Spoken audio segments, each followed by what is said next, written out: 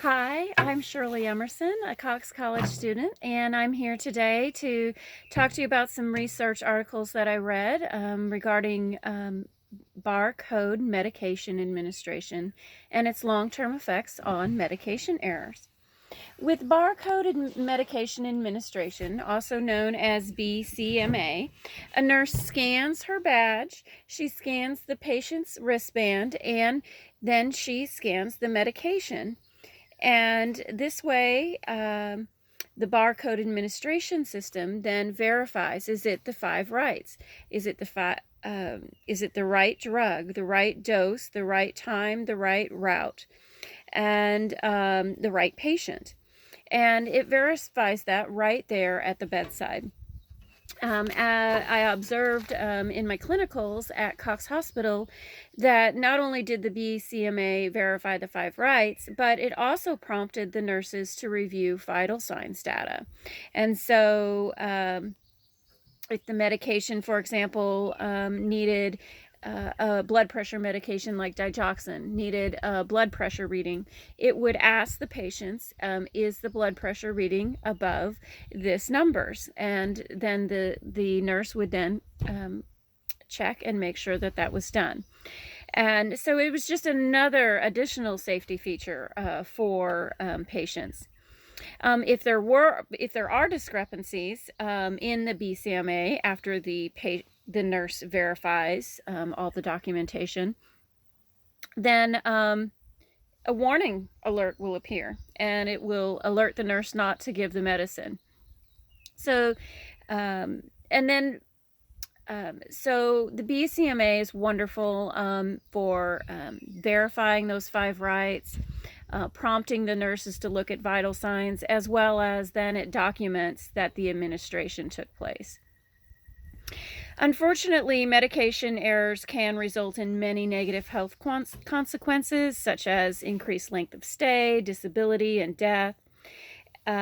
So nurses have long been diligent in identifying and intercepting medication errors. So unfortunately, nurses experience frequent interruptions and competing priorities. So the BCMA technology can assist nurses in elevating patient safety with medication administration. The research concluded that a statistically significant reduction in reported medication errors and adverse drug events. The BCMA has been shown to reduce medication errors and adverse drug events by 5%. Therefore, the research supports the adoption by hospitals of BCMA, as well as nursing homes or any institutionalized facility that might be giving medication to patients. It prevents medication errors.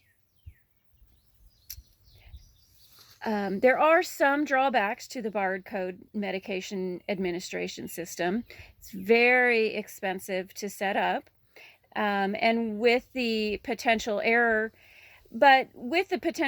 costs, the average 4.6 days that if an error does take place, it adds an average of 4.6 hospital days to a stay, and then also around $6,655 as well. So one medication error can be really expensive, and it can also result in death. So the costs, the potential error costs that is reduced by having the BCMA pays for itself. But I also think it is important not to just give false assurances to a computer system, for it's the nurses that remain diligent in giving the medication the way they are administering it, such as sublingually, not orally. And then the nurses are still the responsible party for ensuring that the five rights of drug administration for patient safety. But the technology of the BCMA can assist nurses in elevating patient safety, especially in these days when there are a lot of frequent interruptions and competing priorities for nurses.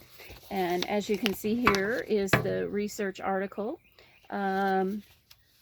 as well as I looked at a systematic review